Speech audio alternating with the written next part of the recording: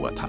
मतलब पहली सुरंग पार करने के बाद जब फिर 2 सुरंगें आईं तो दाईं वाली चुननी है। वो सोचती है कि शायद मेरी घड़ी के नीचे भी ऐसे ही सिंबल्स होंगे जो रास्ता बताते होंगे। ये समझकर लिसा उस रोबोट से कहती है कि उसके घाव ठीक कर दे। जैसे ही घाव ड्रेस हो जाते हैं तो वो नई उम्मीद के साथ फिर अंदर का सफर शुरू करती है। लिसा पहले इन सुरंगों से गुजर चुकी थी, इसलिए वो आसानी से उन सुरंगों को पार करती हुई आगे बढ़ती है। वो उस जगह रुकती है जहां एसिड से भरा गड्ढा था। वहां वो अपनी घड़ी को एसिड में जलाकर अलग कर लेती है।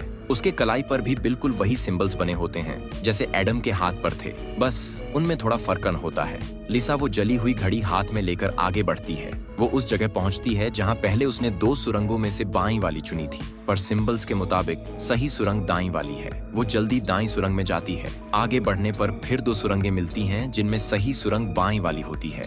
इस तरह कलाई के निशानों की मदद से लिसा हर बार सही रास्ता चुन लेती है, पर तभी फिर एडम उसके पीछे आ जाता है। यहाँ लिसा होशियारी से काम लेती है। वो एडम को गुमराह करने के लिए एक सुरंग में छुपकर बैठ जाती है।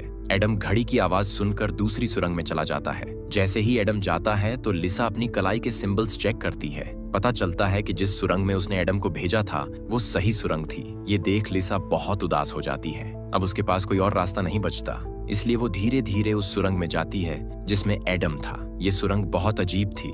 ऐसा लगता था जैसे किसी बड़े जानवर का पेट हो।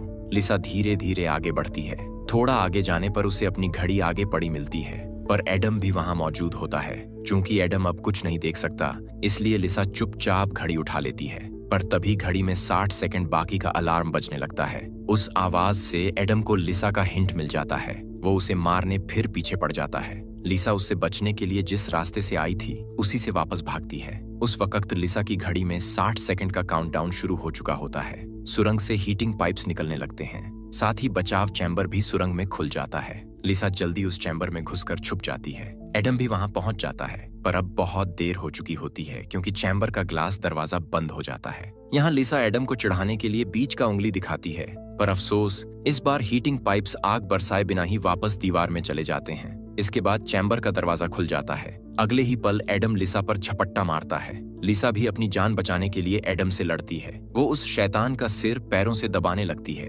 पीछे से चैम्बर की दीवार भी